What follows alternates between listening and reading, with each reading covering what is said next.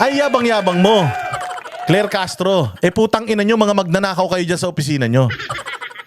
Mantakin mo na sa vault nyo nawala yung 50 million. Pera ng taong bayan yan. Nasa kahadiyero nyo, pukin ng ina nyo, mga magnanakaw kayo dyan. Baka ikaw nagnakaw niyan, Claire Tangina ka, baka ikaw nagnakaw niyan Baka hindi ko sinasabing ikaw. Sagutin mo lang kung oo hindi. Pero palagay ko hindi ikaw yung nagnakaw niyan. 50 million para sa mga pro-Marcos vloggers ninakaw. Tangina, sarap buhay ng mga pro-Marcos mayroon kayong budget. Sana all. Tapos sasabihin nyo kami bayaran. Sasabihin nyo kami bayaran, kami ngayon wala sa posisyon. Si Inday Sara nga walang budget Anong pambabayad niyan? Extra, wala nga. Wala nga siyang pang-programa dahil sinakto niya lang yung budget niya pang yung mga usual na programa tsaka pampasweldo Wala nga kayong dinagdag na pera sa kanya na pwede niyang gamitin sa ibang bagay Mantakin mo kayo, 50 million, putang ina, ganyan kamagnanakaw yung gobyerno ni Bongbong. Ngayon lang nagkaroon ng balita ng Office ng Presidential Communications ay nawala ng pera. Ina nyo, mga kawatan kayo dyan. Kaya sinasabi ni Mike Abby na mga magnanakaw kayo dyan na mga kurakot kayo Kaya daw papalit-palit ng sekretary dyan. Wala daw na gagawang mabuti. Bago mo silipin, Claire Castro, yung dumi ng iba, putang ina nyo, ayusin nyo muna yung dumi ng opisina nyo. 50 million nasa kahadiyero. Ilan ba kayo nakakaalam ng code ng kahadiyero na yan kung di ba kayo mga bobo? Iimbestigahan nyo ba? Sino ba nakakaalam ng ano yan? Ng code ng kahadiyero na yan? Baka itong secretary at saka yung accountant, baka ito si Claire Castro alam niya.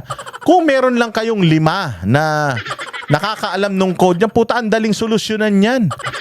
5 lang kayo na nakakaalam nung ano niyan nung numero para bumukas yung kahadiyero na yan Paano nanakaw dyan? Putang ina nyo, lahat kayo dyan kawatan.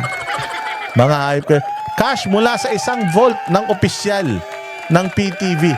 Vault vault. Tangina nyo, wala bang CCTV dyan? Ang dami yung camera.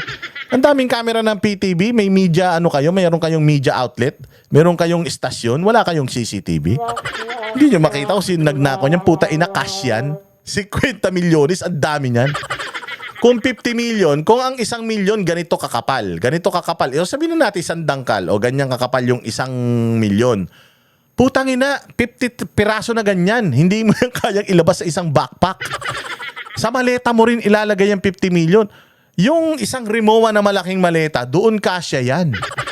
Yaang pera na yan. Di ba sinabi nga ni Orly Gutesa, 48 million yung laman ng isang maleta? Yung pinakamalaki na Rimowa. So paano mo mailalabas yung ganyang kalaking pera dito? Dito sa vault. Putang ina nyo, style nyo lang yan. Pero ibinayad nyo na yan dun sa mga vlogger.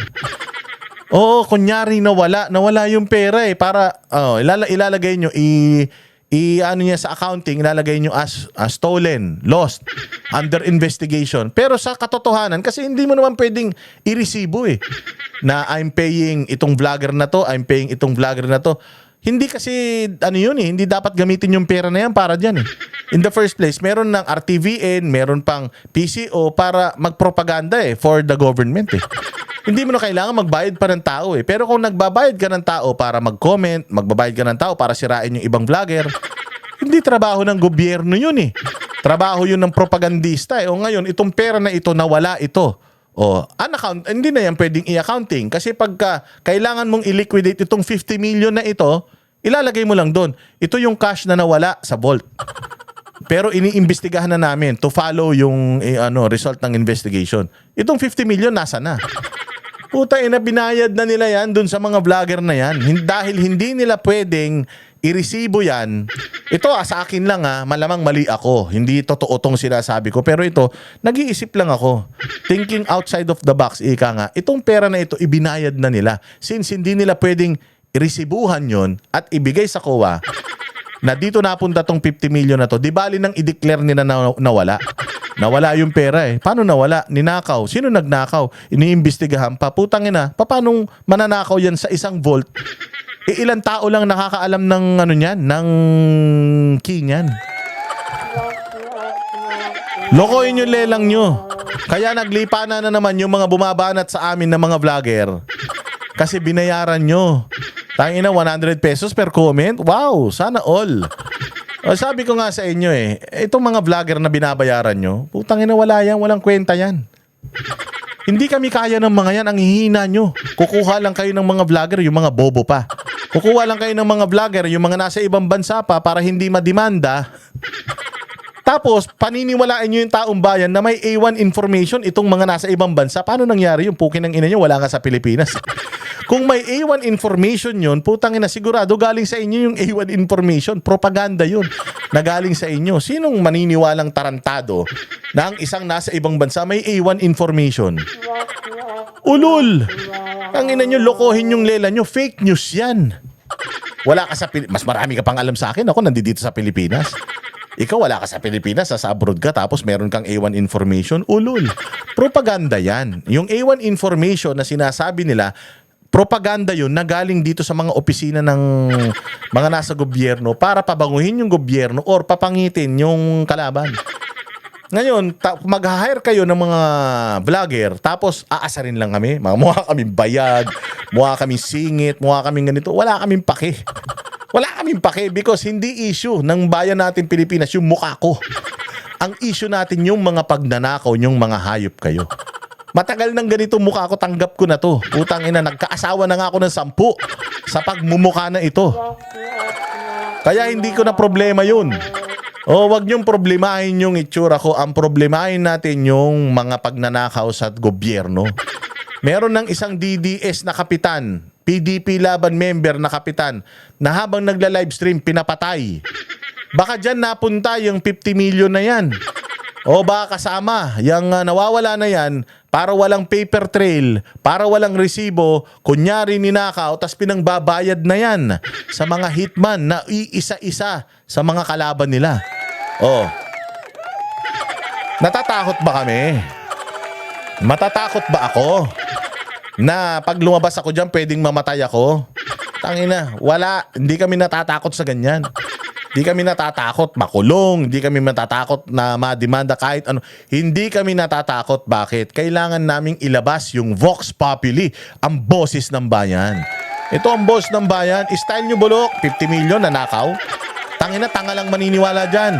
Kalbo lang ang maniniwala na yung 50 million na yan ninakaw. Diyan, sa loob ng opisina, sa loob ng vault, punong-puno ng CCTV. Hindi nyo alam kung sino? Okay ng ina nyo, mga ulul. Every day, alam nyo yan. Pag pumasok ako, checking ko kung nandiyan pa yung pera na yan. Ops, nandiyan pa. Ilalak ko yan. Every day, 50 million, laman ng vault. Ano yan? Paano, ba't ba kasi may 50 million kayong cash na laman ng vault? Ano bang, para saan ba yan? Di ba yung petty cash, paunti-unti lang yan? Kasi ako nagtrabaho sa corporate Ang petty cash, pinakamalaki na sigurong laman ng petty cash, baka 1 milyon. Oo, tapos gagawa ka ng petty cash voucher, hihingi ka ng cash sa accounting. Yung accounting mag-i-issue sa'yo ng cash. Halimbawa, magano ka, kung wala kang credit card, ma'am, magdi-dinner kami kasama yung kliyente Wala kasi akong credit card. Wala na rin akong cash. Baka pwede mag-cash advance. O sige, mag-fill out ka ng petty cash voucher. O magkano? 20,000. O 20,000. O sige, akin na yung cash. O ito, pipirmahan ko, tinanggap mo yung cash. Nasa akin na yung cash. O ngayon, magdi-dinner kami. Yung resibo nun, kukunin ko. I-reimburse ko yun. Yung kinuha kong cash, papalitan ko yun ng resibo. Yun yung paper trail. O kaya sinasabi nyo na nanakaw yung pera na yan para walang paper trail. Meron lang kayong report that it was stolen and that's it. Tapos na yun. That's it. Ibabalik ba yan nung custodian nung pera na yan? Ibabalik ba yan? Hindi. Pwedeng matanggal lang siya sa trabaho pero mababalik pa yung 50 million? Hindi na. Nasa na yan? O ako, assumingly na totoo, itong mga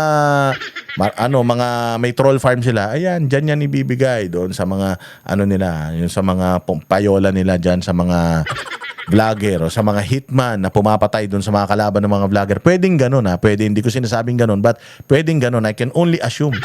Because again, saan mapupunta tong 50 million na to? At sinong tanga na taga PCO, ilan lang kayong empleyado dyan ang kukuha niyan? At sinong mas lalong tanga na tagalabas pupunta dyan, tapos alam ko saan yung nakalagay yung vault na yan, tapos kukunin yung vault na yan, alam din niya yung code. Putang ina niyan, kalokohan. Laing kalokohan to.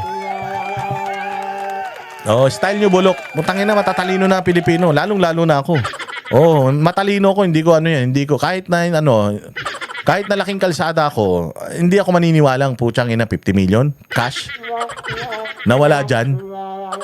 Putya, nasa loob ng vault. Buti sana kung nakalagay lang sa cabinet, sa ilalim ng unan, sa aparador. Hindi eh. Vault. Putyang ina, pag vault, may mga ganun yan. Tapos 50 million ang laman. Sigurado ako malaking vault yan. Putang ina, sigurado ako yung vault na yan, may nakatutok na camera dyan. Putang ina yan, imposible. Bangko, merong vault, tapos walang camera. O hindi to bangko, opisina ito. Pero ayun na nga, vault, may naman 50 million, walang nakatutok na camera. Ulul. Tanginan nyo, lokohin yung lelang ninyo. Dineclare nyo to na loss. Pwedeng dineclare ito na loss para malaya kayo makapagbayad ng mga troll farm nyo, mga ulul. At hindi kami apektado. Hindi kami apektado at hindi kami kinikilabutan at kinakabahan sa mga putang inang pinagbabayaran nyo ng mga vlogger para siraan kami because kahit siraan nila kami na sandamukal, wala kami ninakaw na pera ng taong bayan, hindi kami ang issue dito. Ang issue dito, yung mga namatay sa baha. Ang issue dito, yung mga namamatay sa corruption ng mga hayop kayo. Yan. Ha? Ina nyo ha, buhay pa kayo. Yan ang panatero, walang inuurungan.